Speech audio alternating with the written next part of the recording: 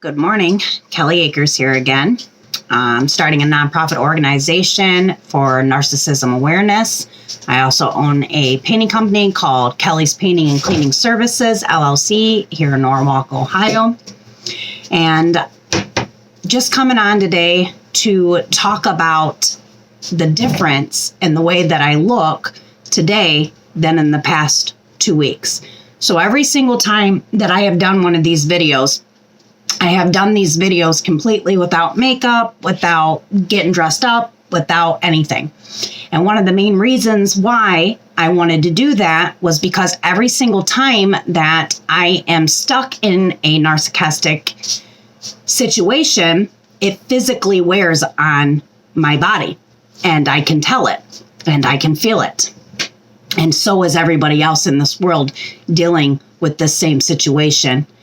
Recently in college, and it's very, very, very crazy to me, but every single time that I am going through something in the world, I'm so aligned with God that God literally teaches me in what I'm doing. So although I'm starting a nonprofit, and although I have a painting company, I also go to a college for higher states of consciousness. I started that college through synchronicity. I started that college because I had accidentally hit a higher state of consciousness, and there was nobody, not even the people, honestly, that should be able to express and explain what happened to me, were able to explain what was happening to me. I knew it was real. I knew that something had happened. I just didn't understand what. So my college, Maharishi International University, a higher state of consciousness college, I started attending. And I started attending this college with a very, very big goal that I had came up with that I call Project Zion. The nonprofit organization is going to be called the Seed of Zion because narcissism really is the seed of understanding to stop what is happening out in this world. And what is happening out in this world is that nobody is happy anymore. And we can physically tell this because everybody's on medication, or everybody's drinking, or everybody's on drugs. There is nobody that I have ever met in my entire life that does not take some kind of prescription drug from a doctor, is out on the streets doing drugs, or is an alcoholic. And in fact, a lot of people that I have met that are successful and up at the top are some of the worst drug addicts and alcoholics out there. And I don't think that that's a coincidence, because I am a recovering addict. And had I never went out and said that I had an issue, nobody would have ever known, and I would have closeted it for my entire life. And as I closeted it and faked the illusion that I was not doing these things that I was doing, it would have worked. And I know that it would have worked because I meet plenty of them out in the world today. But I have 8 years of sobriety and I am clean. And I got clean through a soul journey that I went through, not understanding this worldly way. And that's part of the nonprofit organization. It's also part of the bigger plan, Project Zion. So we run around every day with a completely broken nervous system. That system gets broken through our home life and our community life. In college, I recently had to exit myself out of a support group in my town that I was paying for my small business to grow. And in the support group, what the main focus was supposed to be was supporting one another in our small businesses and growing. But that doesn't happen. In fact, I have never seen in my entire life, in any kind of situation or setting, real support. Not in a school system, not in a church system, never. And the reasoning why these support systems are not working is because of narcissism. So a support group is supposed to be a bunch of people that get together and talk about talk to one another in at least enough fashion to get to know one another. They know them personally. They know them inside and out. In a support group, to be able to support one another, you have to know one another and at least call them a friend. We live in a world, though, that does not want to get to know people anymore. We live in a very judgmental world. Such a judgmental world that if a person goes out in this world and let's say they have less than another person, then that person that has more is going to treat that person that has less like crap. And they're going to treat that person that has less like crap because it makes them feel good that they have gotten to this higher position in society. And if we have a bunch of people that are raising to a higher position in society and not doing what Jesus Christ's teachings taught us to do, which is to reach our hand back and pull other people up, you get into a situation that we're in today, where all of these support groups that people are paying for and all of these support groups that should be actually supporting one another aren't. In fact, most of the time, people are wasting their time and they're wasting their money. Our support in the United States with our neighbors, with our neighboring countries, with the divide that has happened is absolutely ridiculous. We have divided ourselves in a United We Stand America so well, so that it's asinine. How we could stand and say like the Pledge of Allegiance and not actually listen to the words of the Pledge of Allegiance baffles me. And it's almost like everybody out in the world anymore, because they're not being their true authentic selves. And this is another reason why I'm not plastering makeup on and I'm not doing my hair. I just want to be my true authentic self. I really want to come and express the things that I have seen in my life, the things that I have dealt with in my life, because I'm not the only person. It's like in America, you almost have to lie to succeed.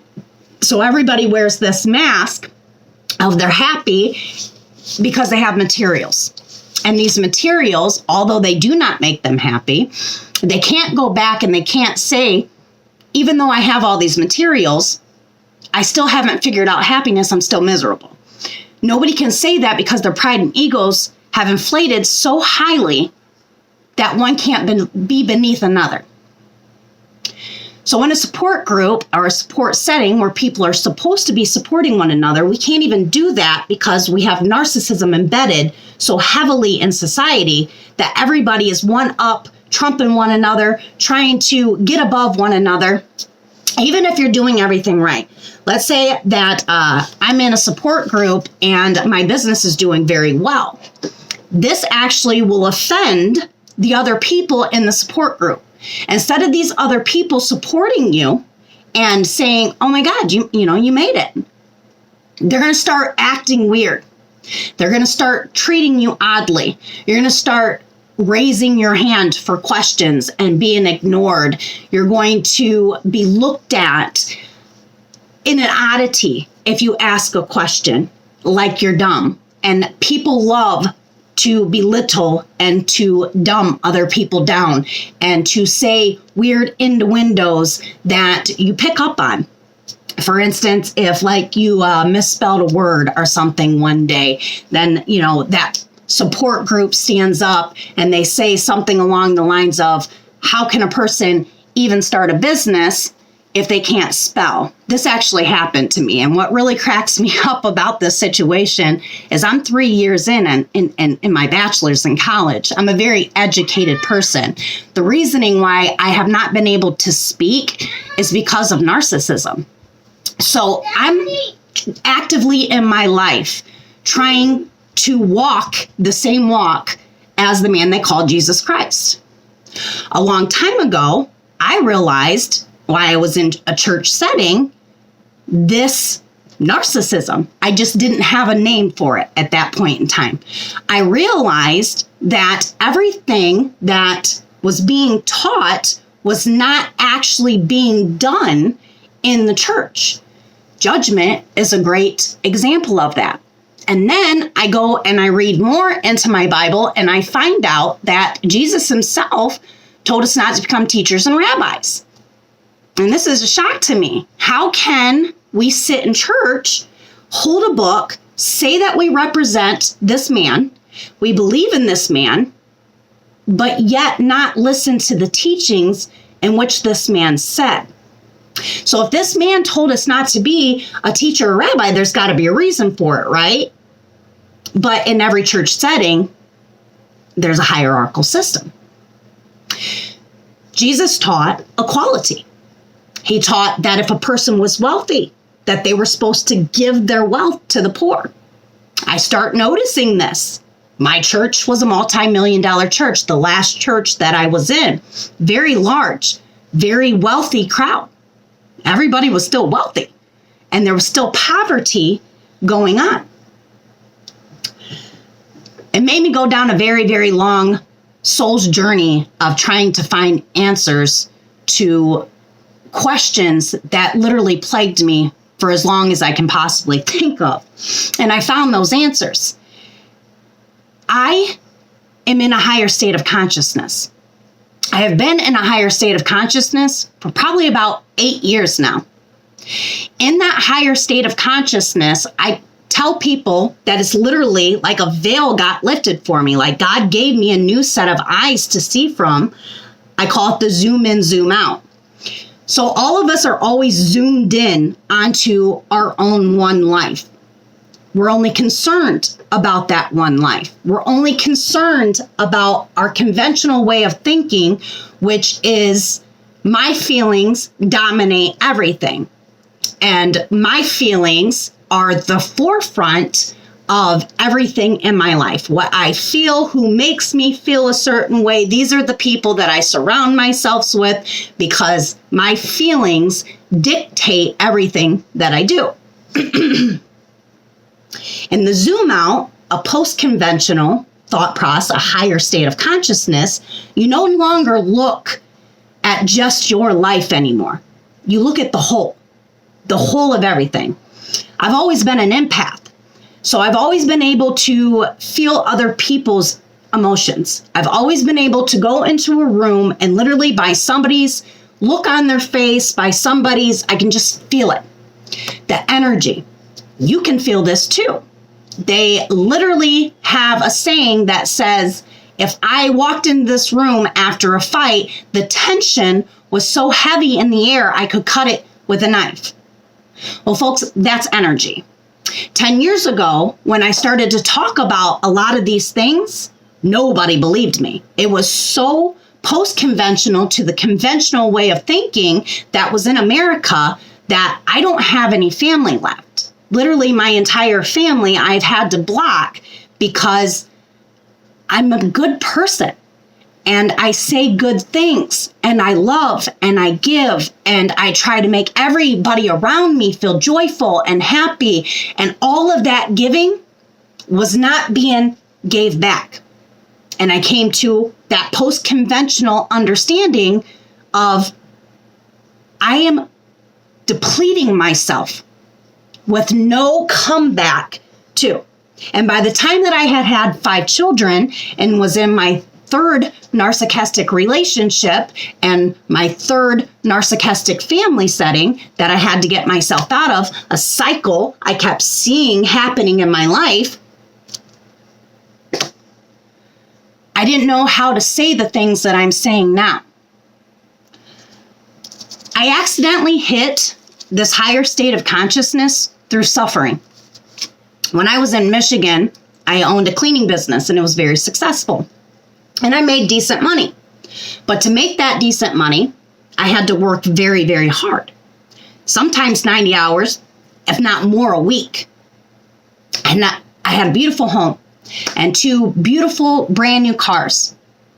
But I never got to actually enjoy any of it because if I stopped working at any point in time, I would lose it all. I'm going to this multi-million-dollar church. I'm starting to see the hypocrisy in this multi-million-dollar church. I am starting to understand that even though I have all of this material gain, I'm miserable inside.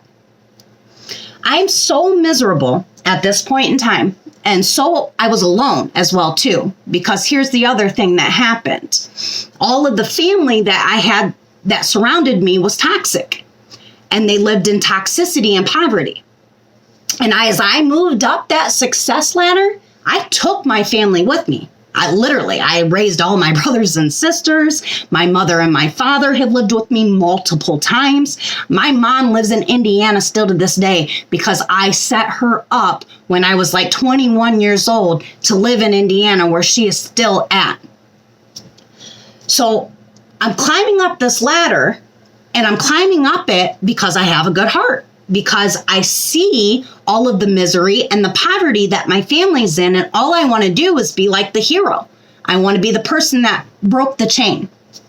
And as I'm climbing up this ladder, though, my entire family is trying to take me down. They're talking behind my back. They're getting connected with exes that I have left that were also toxic to me, exes that got me on drugs and the reasoning why I was a heroin addict, exes that were narcissistic to me, cheated on me, left me home alone with my child 24/7, did not pay bills. Toxicity, I should have left. In fact, most of the time they were on the side of telling me that I needed to leave them. But then the second that I left them and I started to do good in my life, it was like the woodworks came out, and now they're trying to all drag me down. Me being an empath and having a good heart, I don't understand this. I'm very, very much confused by what is happening because I'm trying to take my family with me. I'm not trying to leave them behind.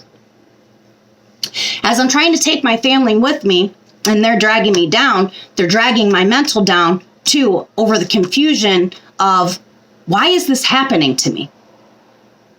Ain't I good to them? Didn't I let them live with me? Didn't I feed them? Didn't I clothe them? If they call me, I run. What is going on? It took me many years after the fall in Michigan, and then I fell. So all of this confusion and all of this, I'm also going out into my community, and this is happening to me out in my community too.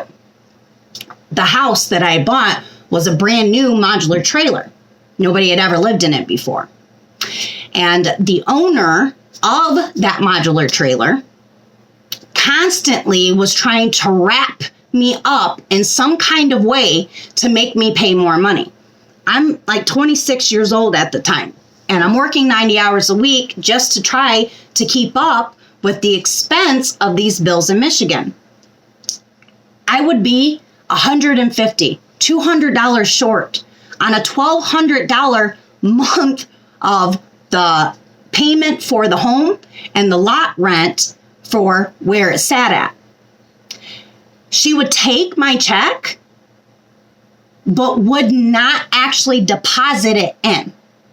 And for a long time, because I didn't know my rules, laws, and regulations, I didn't know that this was illegal. So this woman took my money, but then held it outside of the actual account so that she could then go and take me to court and charge me an extra $1,500 in court fees and fines over being $150 to $200 late. And every single time that I was $150 to $200 late, I paid that $150, $200 within 3 to 5 days.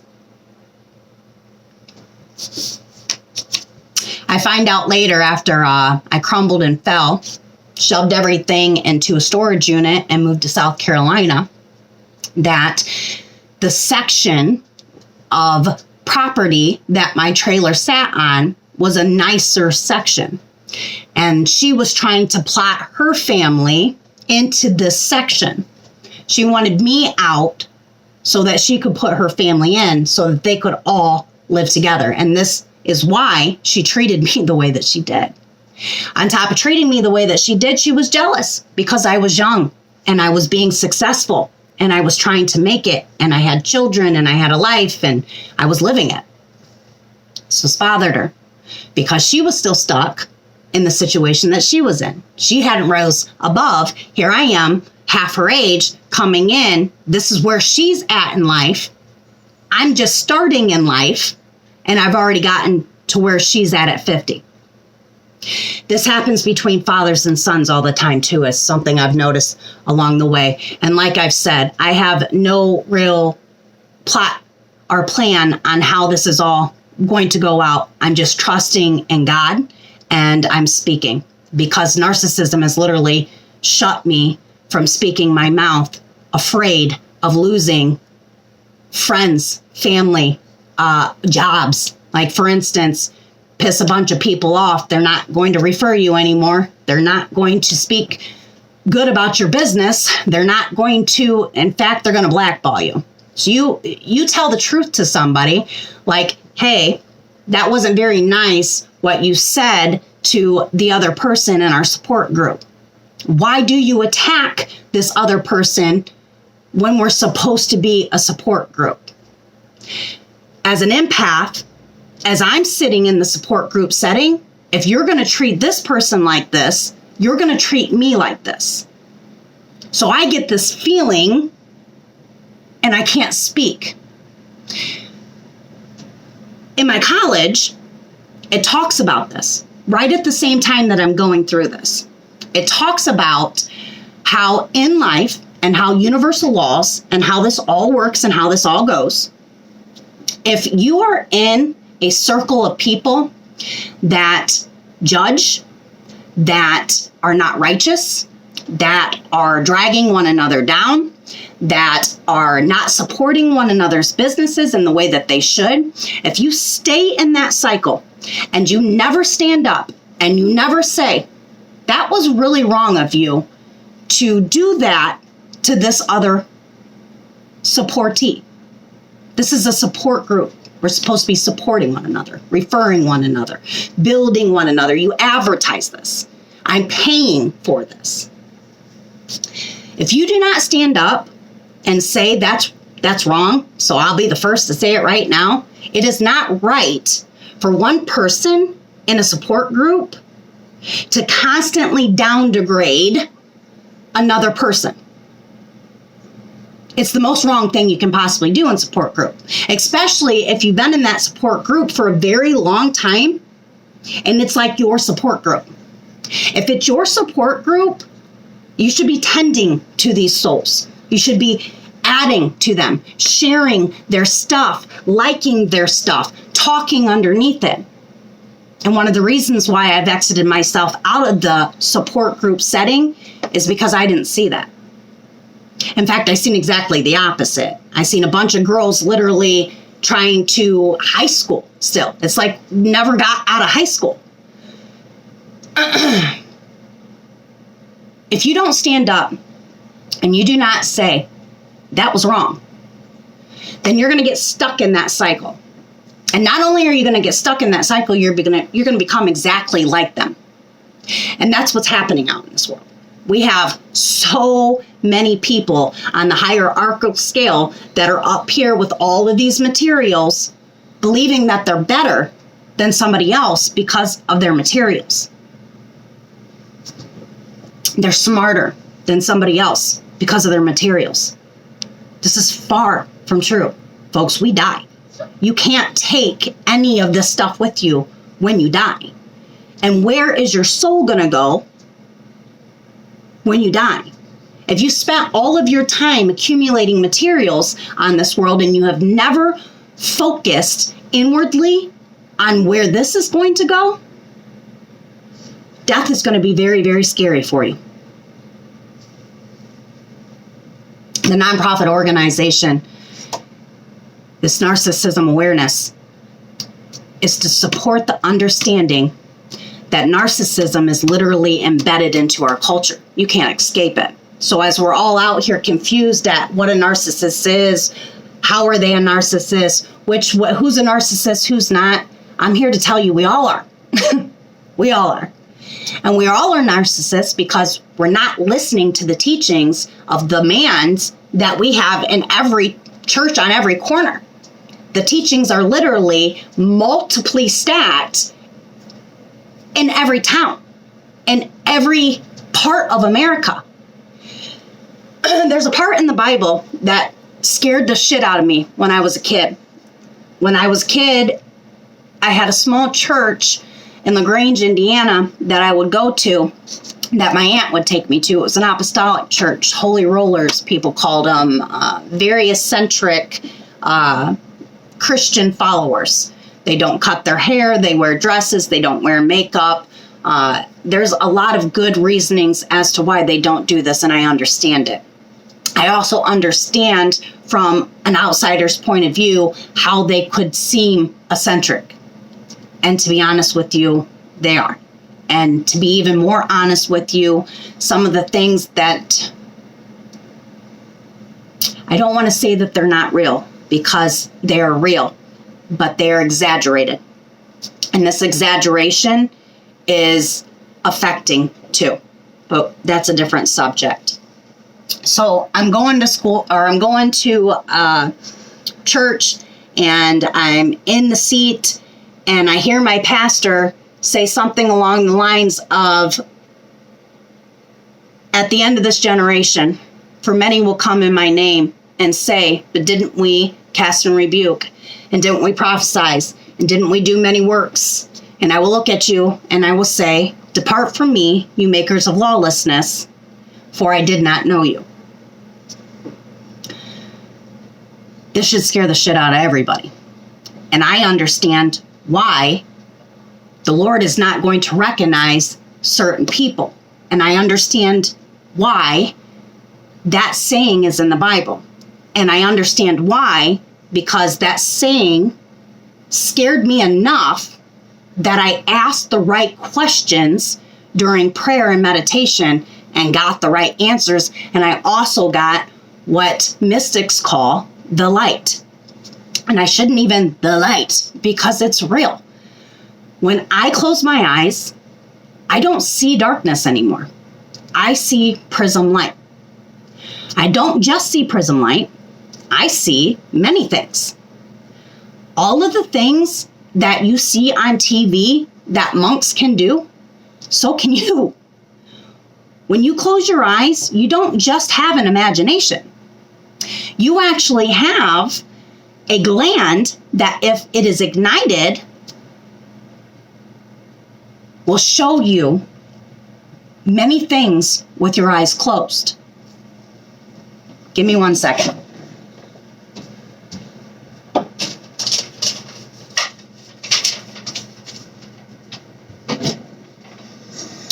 So I cannot condense 15 years of knowledge into a 30-minute video. I cannot condense everything that I have done into a video this small. I can't. It's impossible.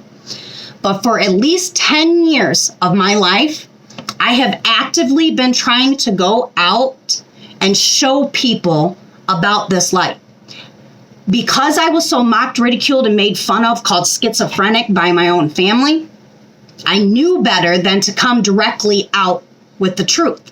And I guess I tried to do what Jesus tried to do, and I tried to plant seeds and parables and seeds and showing people what I knew and I understood, but nobody was able to accept. During my very, very long soul trek and soul journey, I found this higher state of consciousness on accident through suffering through the narcissism of my community, suffering through the narcissism of my family, suffering through the narcissism of my church, suffering through the confusion and the non-understanding literally made me drop to my knees and beg God for answers that I didn't even know I was going to get. I was just that much at my wit's end with the confusion of everything that was happening out in my life and my world. How is my church talking about this Jesus character, but doesn't know that Jesus said not to become a teacher in what you're teaching? Confusion, right? you're like, when you hit higher states of consciousness,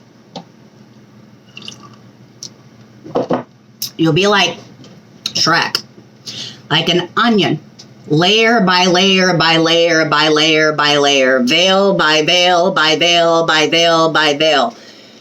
God is going to mold you, and he's going to teach you, and he's going to show you things.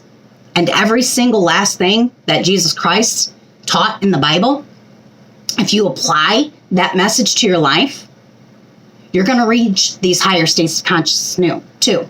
You cannot reach a higher state of consciousness if you are impure inside of your heart. You have to be pure inside of your heart for this light to enter inside of you, for you to see with your eyes closed. This is what Jesus literally meant by eyes to see and ears to hear. This higher state of consciousness in which I'm going into, and which I have, and which I'm getting higher in, is that light and that veil lifting that Jesus Christ speaks of. It's not just Jesus Christ who spoke of it. This is a picture of your brain. And as you can see, everything is unfortunately backwards because, that's the way that goes. And I'm not perfect, and I don't know how to make these videos. I'm just trying to be truthful and honest about what I've learned and what I've known and what I pay $10,000 every 3 months to go to school in. I want to show you for free. So if you can see, where is it? This little guy right here. Can you see that on the screen? This little guy right here. That is called your pineal gland. And your pineal gland, when it becomes activated, will show you many things. This is across all religions. In Hinduism, they call it Kundalini energy. So this energy that rises up because you literally have fluids and chemicals and hormones that are stuck inside of your spine and your back. And because we don't do things like yoga, stretching, exercising, so on and so forth, that fluid gets stagnant.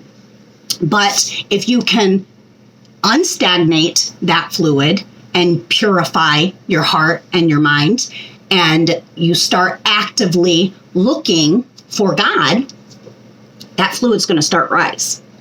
When it starts to rise, it'll hit that brainstem, and then this little guy right here is going to become active. And this is scientifically proven. When that pineal gland becomes active, you've reached a higher state of consciousness. And you will get a new set of eyes to see from. And you will stop zooming in on your life. You will zoom out and you will see things completely different. This is not just me telling you this. This is in your Bible. Jesus says, if thy eye be single, thy body will be full of light. For those who have eyes to see and ears to hear. He says, lift the veils so that you may see. So obviously, something is blinding us. And everything that I am talking about is in your Bible. Jacob wrestled with his God, smacked his thigh, said that he found it, and called it pineal. He spells it P-E-N-E-U-L. Don't quote me on that one, but it's in your Bible. So the name of Jacob's God is the same name as this little guy right here. What's really funny about this is there are certain things that calcify that pineal gland.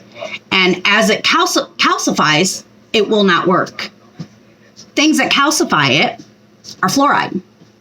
Things that calcify it are pretty much everything that we take into our bodies from our government's hands to this day. And I've done my research, Monsanto, so on and so forth. Something is definitely trying to make sure that that pineal gland does not work inside of your mind. I claim it to be the government's because I've done my research.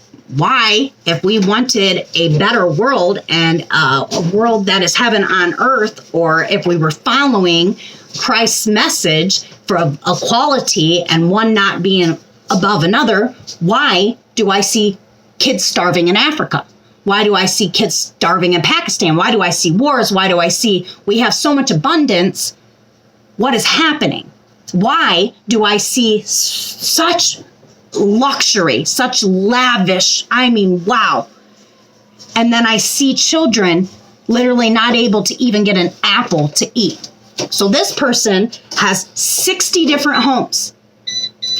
And this person doesn't even have an apple? It's not adding up, folks.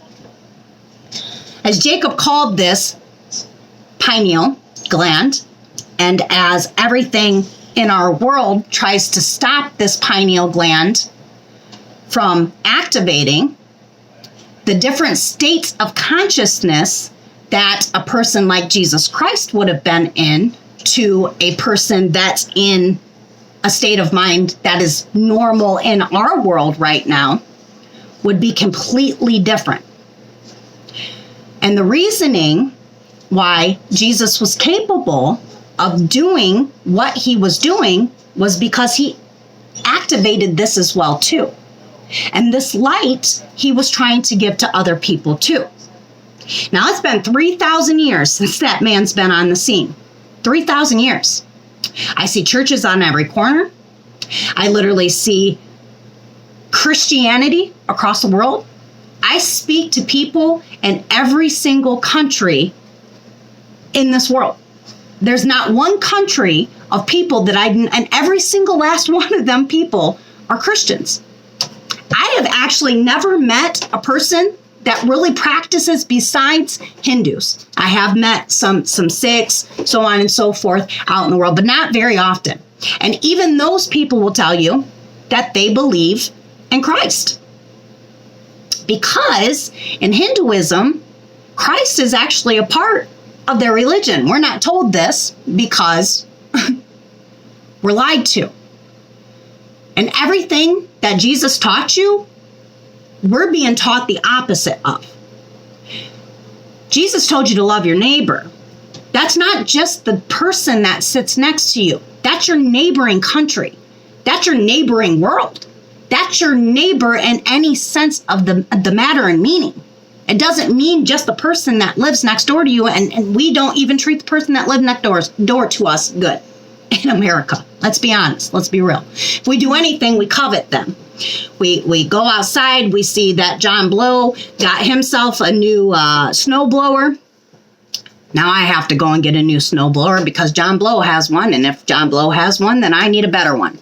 And that's the way that we operate. Constantly one-upping, constantly one-upping, constantly one-upping. If we would have actually listened to the message that Christ gave, and every single last person that was in church went and did what Jesus actually said, we'd live in heaven on earth right now. We wouldn't live in hell. We are completely right now, and everybody can feel it, collapsing. And we're collapsing because we hold the knowledge in our hands, but we don't listen to a damn word it says. So I hold this book in my hand and I go to church every Wednesday and Sunday and I tell people that I believe in the name of Jesus Christ, but I don't understand a word he said because I have never actively took his teachings and applied them to my life. And they have you guys believing that as long as you just believe in the name of Jesus Christ, you're going to be okay. You have been sold your whole entire life. If it's too good to be true, then it is. Guys, to believe in somebody is not just to believe in a name. It's to believe in what they did. It's to believe in what they said. It's to believe so much in somebody that you actively look at their life. You actively go in history to find out who they were. You actively take the teachings and you apply the teachings to your life. Well, what did Jesus say? Told us not to judge. In fact, that was one of the biggest ones, okay? He said, if you judge, you will be judged.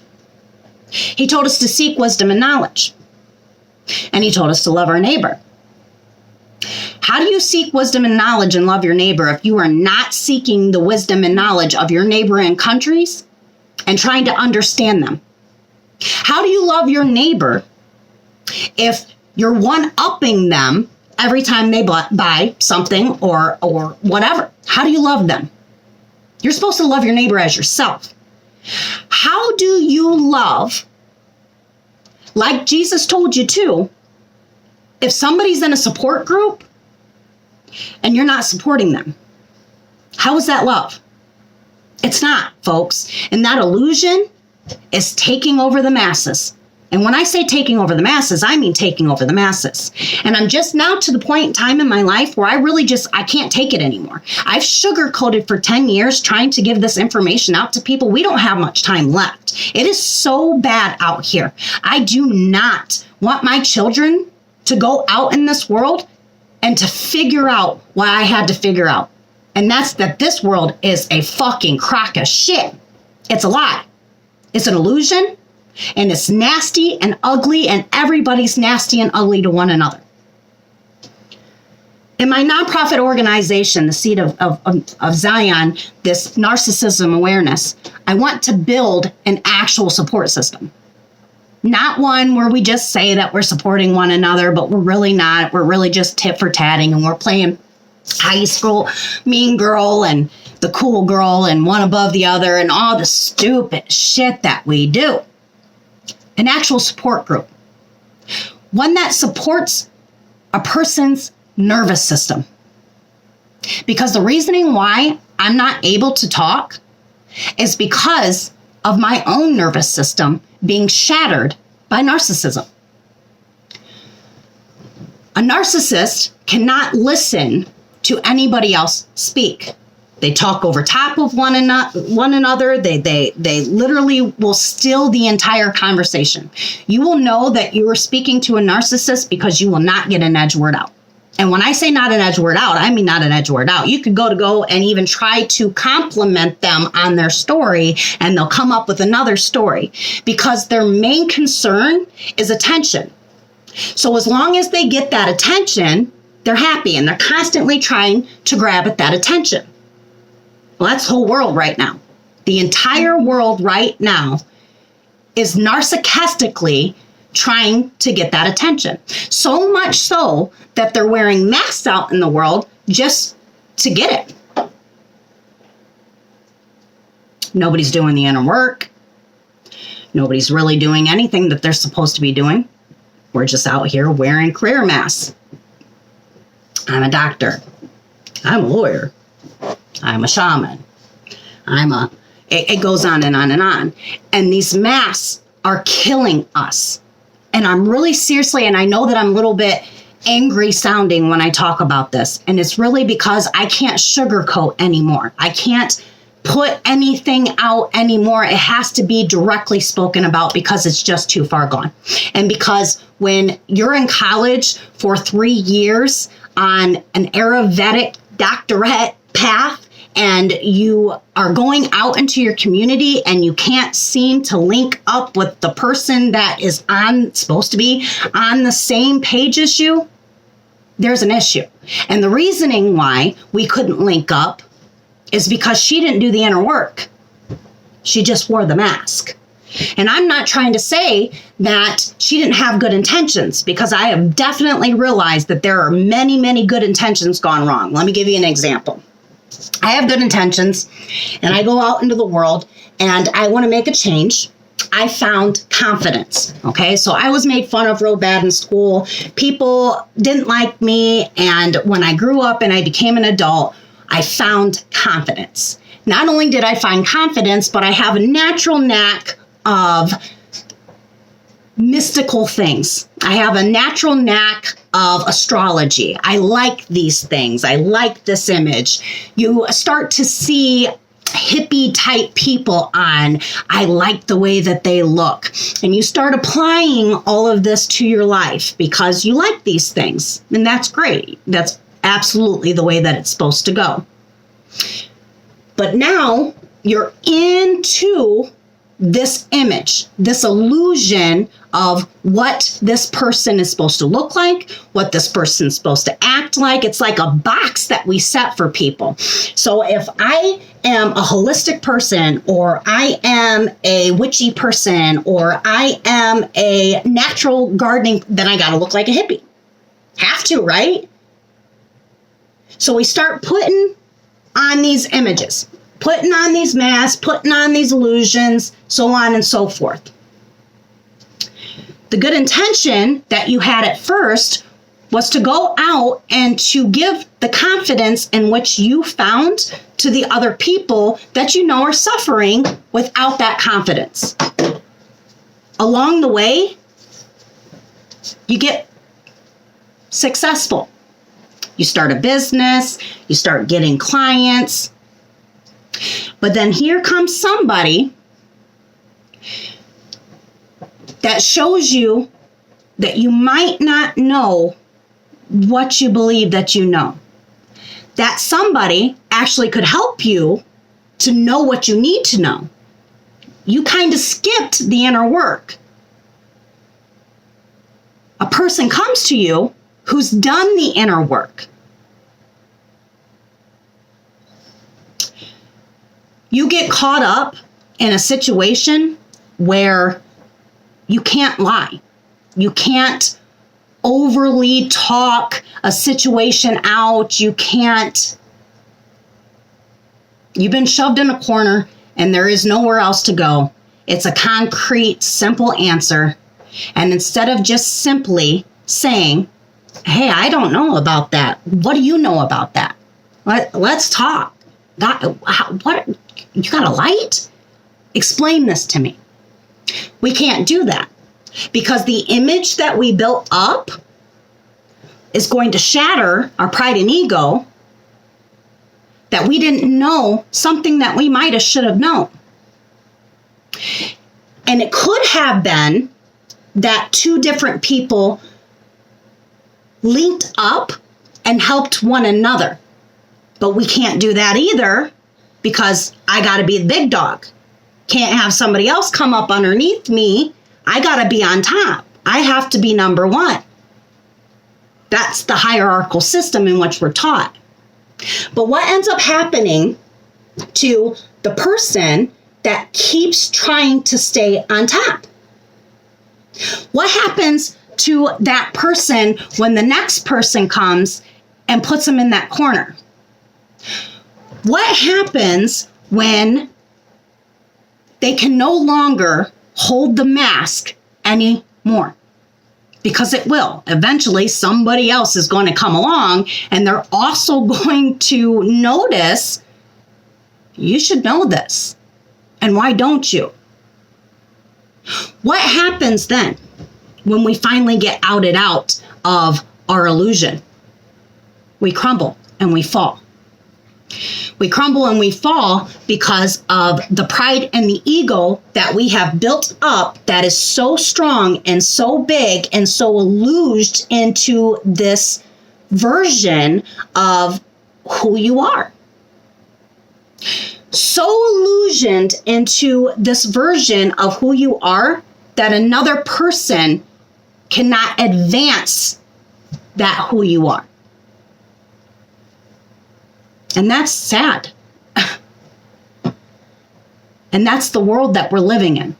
We're living in a narcissistic world that cannot allow anybody else to get to their same level.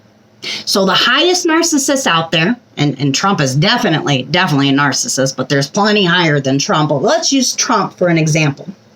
Trump's pride and ego. He cannot say that he was wrong, just along with his supporters. They also cannot say that he was wrong. Their pride and ego has gotten so big and so inflated that they cannot look at the people in which they drilled their Trump train into and simply say, I might have been wrong. There is this overwhelming feeling, and it's the nervous system, in which I'm talking about earlier, that shatters in this community setting. It's the nervous system itself at this point in time that shatters. And at the point in time that nervous system shatters, when you get put in the corner and you no longer can lie, then the narcissist falls too. I voted for Trump his first term. I voted for Trump because at the time period, I had a business. I was a business owner in Michigan, a cleaning company at that time. And at the time that I had that cleaning company, Trump was on and he was talking, and I was really starting to think myself, what happened between my grandfather's generation and my generation, that my grandfather was able to work one factory job and have a big, nice, gigantic house, 3 pool barns, 5 acres of land. What happened? Why am I working this hard and cannot accumulate a decent house on a decent piece of land? What happened? So Trump comes on the scene and he starts talking, and it's really everything I'm already thinking about. And he's saying it right the way that you need to hear it. Let's put it that way. And I believed in him. And I believed in him so much that I hopped on that Trump train, and I was a Trump supporter. And as I drilled and drilled and drilled and drilled and drilled and drilled and drilled everybody about my Trump loving ways, when my veil got lifted and my higher state of consciousness hit, and I started understanding things at the level that I understood them and wasn't in the conventional, my feelings control everything that my life does point in my life, I think it was one of the hardest things that I had to do to simply say, I might have been wrong. I had been such a Trump supporter at the time period that I was embarrassed to say, yeah, I know that but yeah, I'm starting to see it too, guys. It was hard. It was really, really, really hard to say. And that really, really hard is also from the nervous system. Because a narcissist, and it's in all of us, we're all narcissists. We got different levels of them, but we're all narcissists because it's in our culture. It's in our society. It's in our churches. It's in every inch that you can possibly think of our societal world. You can't not be a narcissist if you plan on succeeding at all in this life. And if there is a different way, I am all open ears, because I have been out here stabbing in the dark for quite some time. I'm a very, very educated person. I have read the Bible from front to back multiple times. I have literally read every single apocryphal. I have read every single thing that you can possibly think of every kind of religion, from every single kind of different source that you can possibly think of, from Hinduism to religions like Mithraism, which was every which way you can possibly think of. And I did that trying to look for answers. I did that because as my higher state of consciousness was happening, I got a fire inside. This is all spoken up in the Bible, to seek wisdom and knowledge. Specifically, wisdom and knowledge that wrapped itself around the understanding of God, because I really needed to understand if God was real. I needed to understand why, if God was real, this was happening in the world, and how it was. I needed to understand. I've gotten some of that understanding. That's the bigger project in Project Zion that I want to do. I literally want to go to South Africa and help the orphans and teach what I believe is the true way of life. It is a holistic setting, completely from the ground up, made from our own hands. And then the healing comes from the naturalism of that. Holistic all the way through.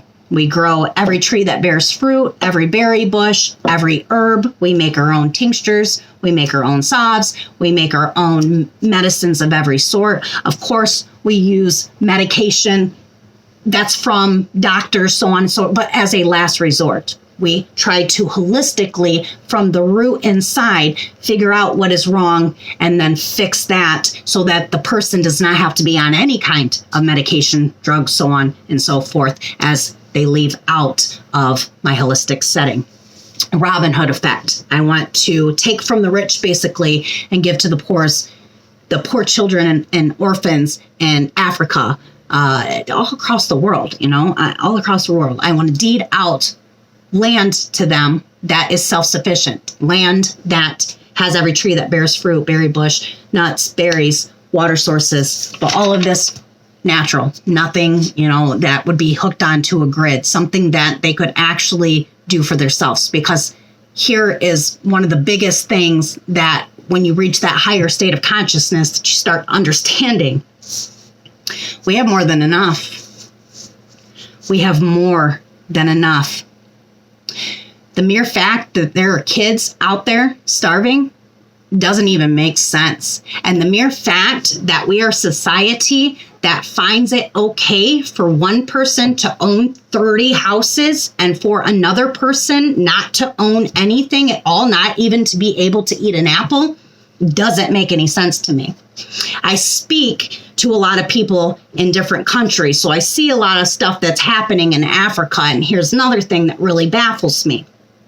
There's no greenhouses, no trees, nothing's been planted, no chicken coops, no water resources. Where did all of the money go that America sent to Africa? Where is it at? Because it surely wasn't going to planting trees and some kind of self-sufficiency so that these people could take a step ladder up in their own development. And then that was what we were there for, was it not? And all of this stuff that I'm bringing up, the reasoning why you don't think about it all the time is because I'm on that higher state of consciousness, that zoom out. And it becomes really, really scary when you zoom in. Because you zoom in so much that you forget that this is a biochemical robot that is one day going to rot and go right back into the dirt. None of this shit matters. None of it. You cannot take any of it with you when you go. So our entire lives are focused around this rat race to gain these materials that by the time that we can even enjoy them, our bodies are broke down from the rat race. And then somebody else gets them, or they sit and they collect dust and rot and they become somebody else's issue. And it becomes an issue. I am reaching up on almost an hour with this conversation. And I'm just trying to catch my voice again. My throat chakra was definitely blocked. If you can tell the difference from my videos, from this video here, you will see that. As I detach myself away from the negativity, and this is what I want to leave people with because this bothered me really bad. And I didn't understand it, and I understand it fully now. There's a part in the Bible that talks about you have to hate your mom, dad, brothers, sisters, so on and so forth. You are not going to get into the kingdom of heaven. The reasoning why is because if you are actively listening to Jesus's teachings and you're reaching these higher states of consciousness because you have purified your heart and your soul through his teachings and listened to his words and you hit that higher state of consciousness, you're going to try to give that higher state of consciousness back out to your family who's not going to understand it.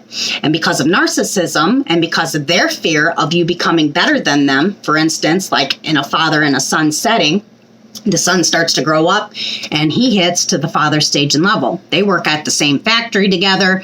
This is where they stayed. The father starts getting very, very, very upset by this. He starts realizing, uh-oh, my child is 18 years old and we work at the same exact spot. I have not made it any further in my own life than my 18-year-old son. And this bothers because he knows that that son is also going to notice that too. So what ends up happening is the father starts belittling the son. And this works across America. There are a lot of children out here that are literally shoved underneath their parents for no other reason than their parents' prides and egos. And it's evil, folks. Like, really think about that. I don't want my child to succeed because it would make me feel bad about me. And that's what's happening. I don't want him to succeed, so I'm going to shove him down because if he succeeds, it'll make me look bad and not doing it for myself. So your entire family, just how I told you, my entire family, as I was moving up that ladder, started to drag me down. They're going to do that to you too, because we live in a narcissistic world and a hierarchical system. And in that narcissistic world, in that hierarchical system, one has to be the top and the other ones have to be the bottom. And absolutely at no state and time does anybody want that person to be at the top. Even if that person is kind and nice enough to move you into their home, to show you what they're doing, to teach you what they're doing, to give you the messages and what they have. And that's exactly what I've been doing for 10 years with my family, my community, and my friends. And my community, I failed, I guess, in being able to tell them, because the only person that I believe that I could tell doesn't have a higher state of consciousness either to be able to understand what I'm saying, and also surely didn't want somebody to rise above. When you live in a world like that, your nervous system is going to completely bust and break. Every single time that you go out into society, now you know that everybody talks shit on you, and you're going to have to sit in a room with these people that you know are not just talking shit about you, but every single other person behind their back, because they talk shit about that person to you, those people to you. Your nervous system is going to crack from it. So you have to get yourself outside of that cycle, or you're going to get stuck in that cycle. So if you're the good person surrounded by the people that are doing this situation, and you don't stand up, you become the cycle. I'm not going to become the cycle. And I don't know how I'm going to get my message out, because nobody wants to help me in one way, frame, or the other. I have literally had to do every inch of this by myself.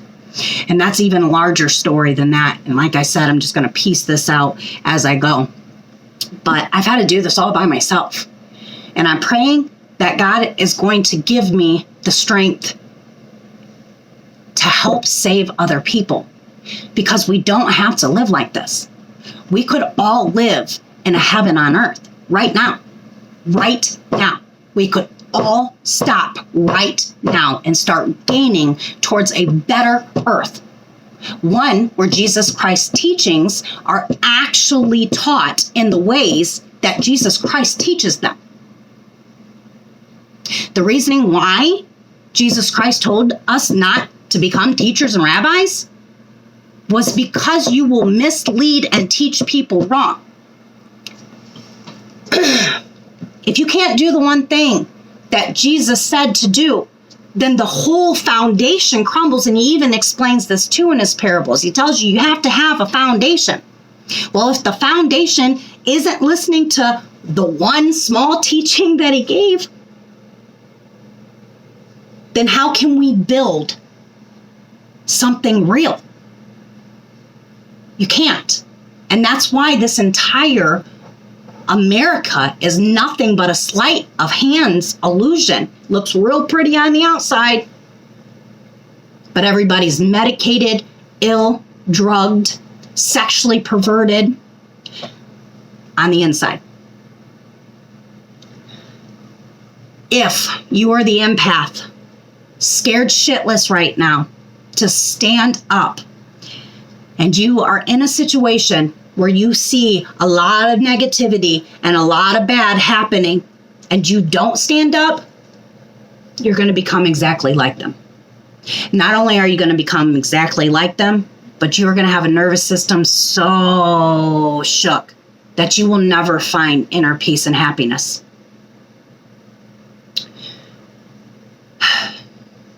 You guys have a blessed one. Like, comment, talk to me. Question and answers are usually my good spot because I have so much information, so much knowledge, so much understanding inside of here right now. It's sometimes better if people just ask questions and I answer them. And I will answer those questions truthfully. And I will answer them questions with having and going towards my degree in a higher state of consciousness college and understanding the true message of Jesus Christ. And P.S., his name wasn't Jesus Christ. All right, guys.